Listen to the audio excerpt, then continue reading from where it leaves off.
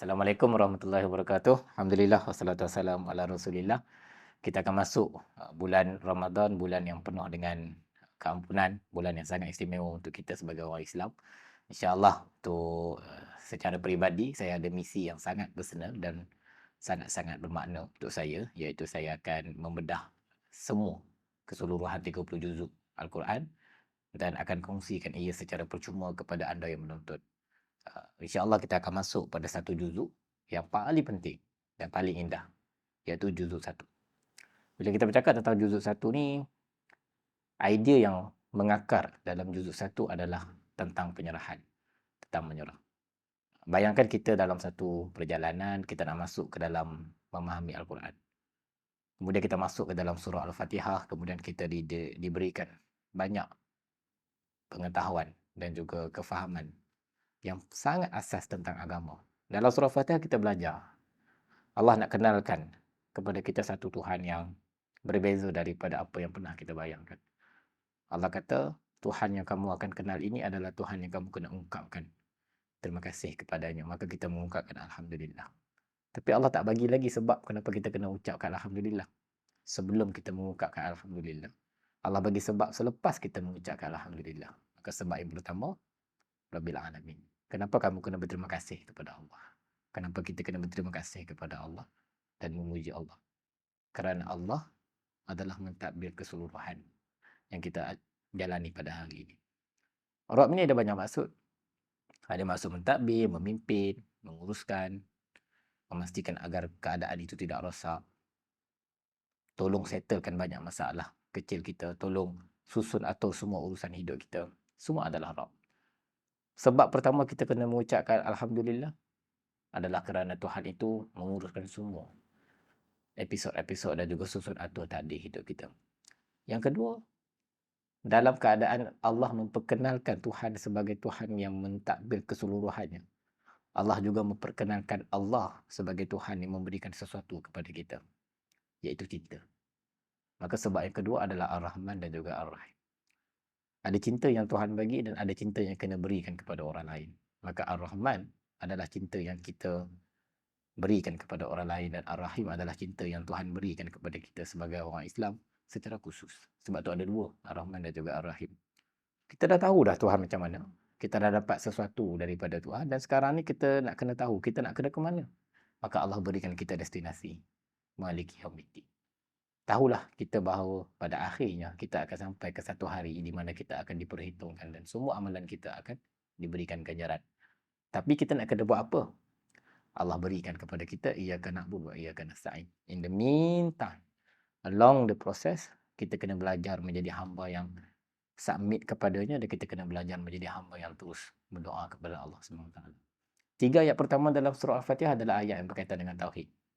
Satu ayat selepas ini adalah ayat yang berkaitan dengan ibadah. Dan ayat selepas itu, ihdinas siratal mustaqim, adalah ayat yang berkaitan dengan kesufian, akhlak kita. Dalam keadaan kita berjalan, dalam keadaan kita beribadah, dalam keadaan kita memohon kepada Allah SWT, akan ada masa di mana kita menjadi orang yang terlanjur. Kita akan menjadi orang yang keliru. Kita akan menjadi orang yang terbuat salah, tak sengaja. Maka oleh itu Allah bagi kita satu doa. Okey, macam mana kau nak pastikan agar kau boleh teruskan hidup macam biasa? Macam mana kau nak pastikan kau boleh teruskan hidup sebagai orang yang bersyukur kepada Allah?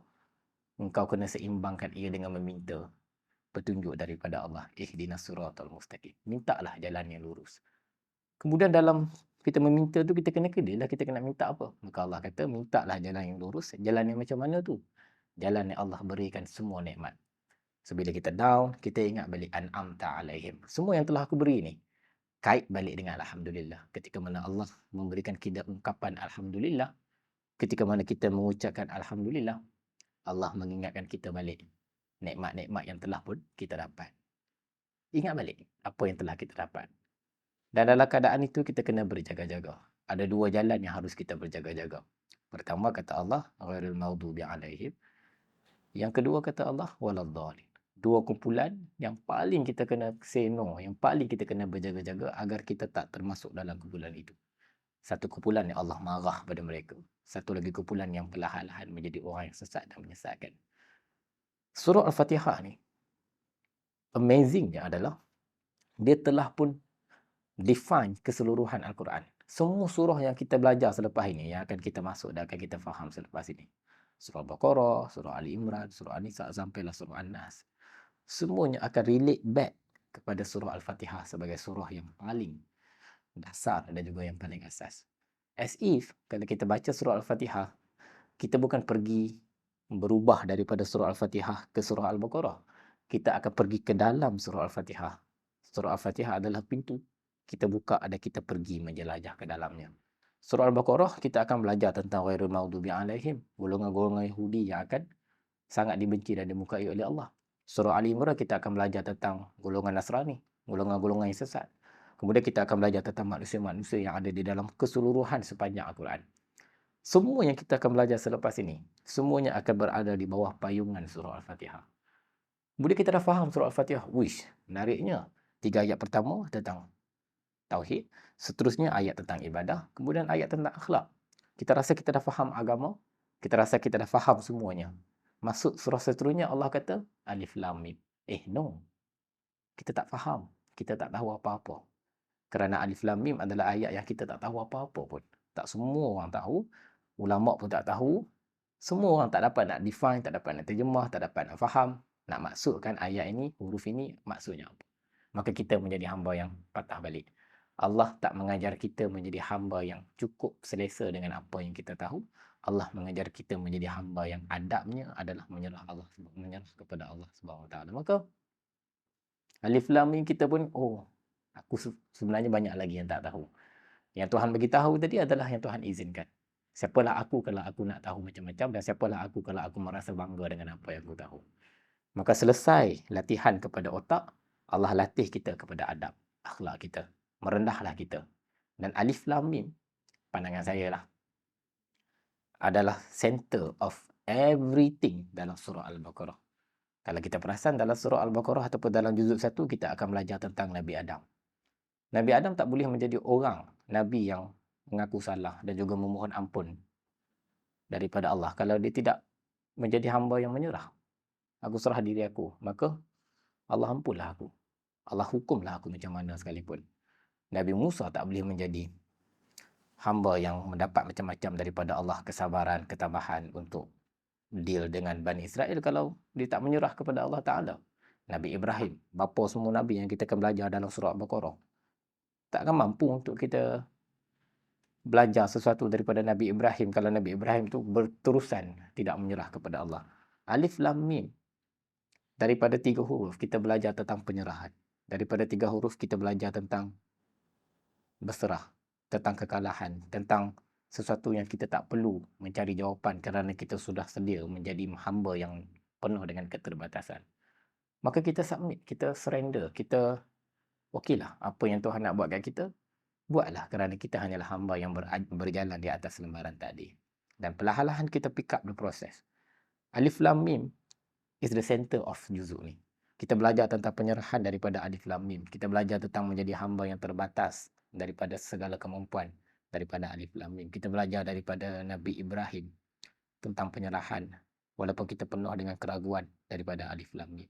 Kita belajar daripada Nabi Musa daripada Alif Lam Mim, dan kita belajar daripada Nabi Adam daripada Alif Lam Mim.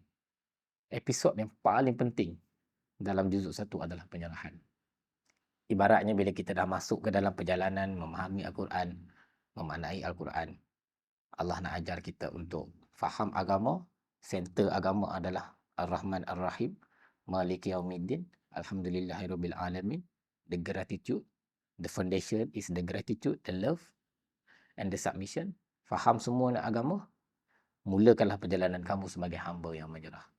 Sebelum kamu masuk ke juzuk 2 nanti, sebelum kamu masuk ke juzuk 3 nanti, sebelum kamu teruskan perjalanan kamu untuk faham Al-Quran, mengakuilah tentang diri kamu sebagai hamba yang terbatas. Menyerahlah kepada Tuhan. Surrender kepada Tuhan. Jangan cuba nak ubah perkataan, jangan cuba nak ubah keadaan, jangan cuba nak ubah tadi. Kita kena menjadi hamba yang melepaskan diri kita, mengangkat tangan. Okay, whatever you do, I accept. Seperti mana Nabi Adam belajar terima kesilapannya, seperti mana Nabi Ibrahim belajar terima tentang keinginannya untuk faham bagaimana Allah berkuasa menghidupkan dan mematikan, dan bagaimana Nabi Musa belajar untuk terima keadaan realiti kerenah Bani Israel. Semuanya adalah proses pergelutan. Dan juzuk 1 adalah pergelutan kita untuk menjadi seorang hamba yang benar-benar menyerah kepada Allah Ta'ala. Sekian. Terima kasih. Assalamualaikum warahmatullahi wabarakatuh.